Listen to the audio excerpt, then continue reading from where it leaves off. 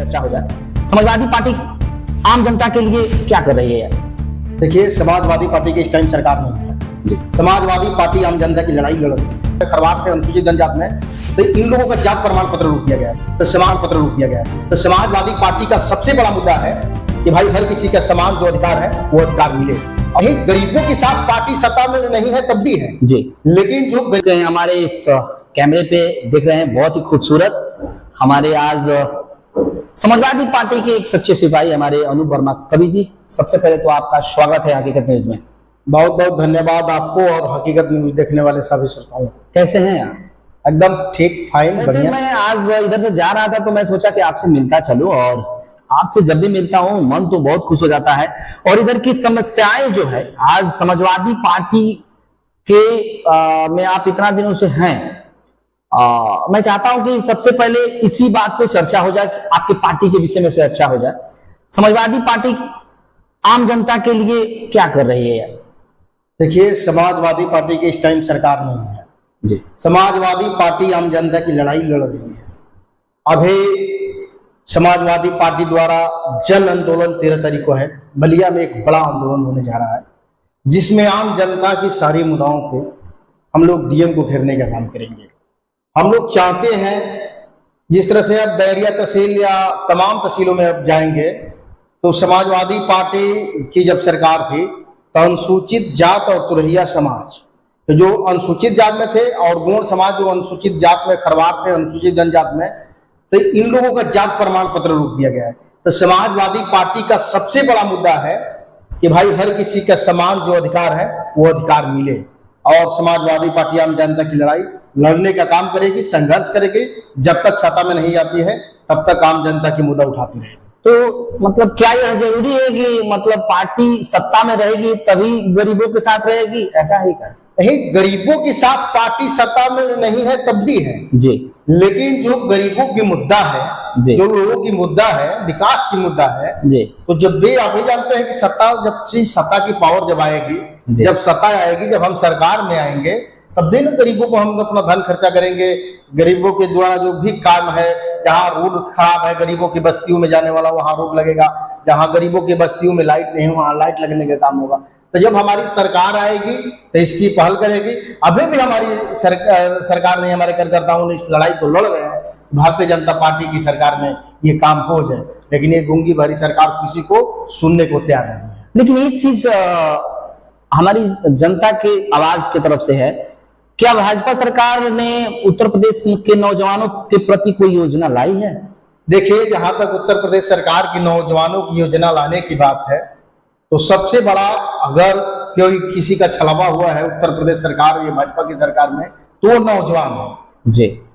जैसे हम लोग छात्र नौजवान है भाई, छात्र संघ से राजनीति करने वाले लोग हैं जी। और जब ये आया है फिर देखिए इसमें क्या कितना बड़ा खेला होता है, घोटाला होता है, घपला होता है, क्या होता है।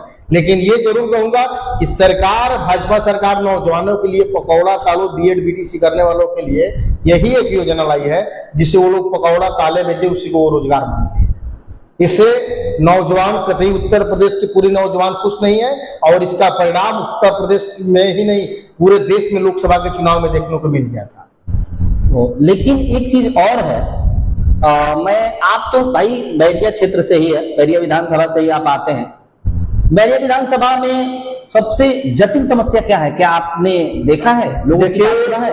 बैरिया विधानसभा में सबसे जटिल समस्या हॉस्पिटल, स्वास्थ्य विभाग और बिजली विभाग जी जी, दोनों ही बैरिया में दोनों ही विभाग भ्रष्ट है।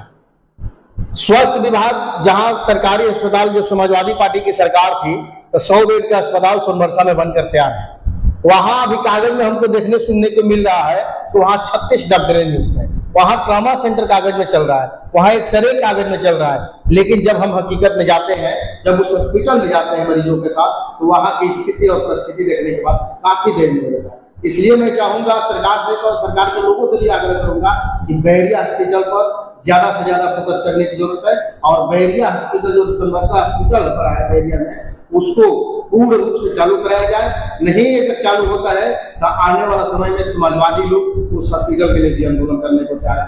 रही बात बिजली की, तो बिजली की समस्या ये है, योगी सरकार कहती है कि देहात में 18 घंटा लेकिन आज के प्रतिदिन में हम लोग देखते हैं कि 8 से 10 घंटा बिजली नहीं मिलती है। कहीं ट्रांसफार्मर जल जाता है तो 2-2 महीना, 30 दिन, 15 दिन, वो भी प्राइवेट सिस्टम से पैसा लगाने के बाद वो ट्रांसफार्मर बदला जा रहा है। कहीं तार टूट जा रहा है तो 2-3 दिन पर तार बदला जा रहा है। इस तरह की तमाम जटिल समस्याएं बहरिया में है, रोड की है, पानी की है, बाढ़ कटान की है, तमाम समस्या है। अभी गोपाल नगर की कटान को देख लीजिए, तो वहां के लोग अभी भी तिरपाल के तंबू में रहने का काम करते हैं, लेकिन ये सरकार घूमी भर रही है, बहरिया के लोगों के हित में काम करना नहीं जानती। जी जी, बहुत बहुत शुक्रिया, बहुत बहुत धन्यवाद। लेकिन एक चीज और हम जानना चाहेंगे, सच बताइएगा, क्या समाजवादी पार्टी की सरकार अगर बन जाएगी तो आम जनता को क्या फायदा होगा? देखिए, समाजवादी पार्टी की सरकार जब बन जाएगी तो आम जनता का फायदे ही फायदा। जैसे में जिस तरह से बिजली की समस्या, हॉस्पिटल की समस्या हमने बताया, जब हम लोगों की सरकार थी तो 100 बेड के हॉस्पिटल दे दिए, बनवा दिए, उसके बजट दे दिए, लेकिन उसकी डॉक्टर को नियुक्ति अभी तक नहीं मिल रहा है, तो वो भी चालू हो जाएगा। समाजवादी पार्टी की सरकार आएगी तो सोनबरसा में जो सब्जी मंडी बनकर तैयार है समाजवादी पार्टी की सरकार में, उसको भी हम लोग चालू कराने का काम करेंगे। यही नहीं, जहां भी कटान हो रहा है, जब हमारी समाजवादी पार्टी की सरकार आएगी तो हम लोगों का यही कोशिश रहेगा कि वहां भी रिंग बंधा दिया जाए, जो लोग गए हैं उन लोगों की पट्टी की व्यवस्था कराया जाए। साथ ही नौजवानों के लिए क्या कहना है, हमारे राष्ट्राध्यक्ष जी हमेशा ही शिक्षा, स्वास्थ्य पर हमेशा ही सक्रिय रहते हैं, और जब हमारी समाजवादी पार्टी की सरकार थी तो नौजवानों को पढ़ने के लिए लैपटॉप की व्यवस्था किया गया था। ठीक उसी प्रकार स्मार्ट कॉलेज, और आने वाले समय में हमारे राष्ट्राध्यक्ष जी ने भी ये सोच रहे हैं, मुलायम सिंह यादव जी का सोच था कि स्मार्ट सिटी नहीं स्मार्ट गांव होना चाहिए, तो हमारी सरकार जब समाजवादी पार्टी की आएगी तो स्मार्ट गांव में भी परिवर्तन किया जाएगा और हर गांव क्षेत्र को विकास करने में बहुत बहुत लोगों की भलाई होगा, आम लोगों को फायदा होगा और हर लोगों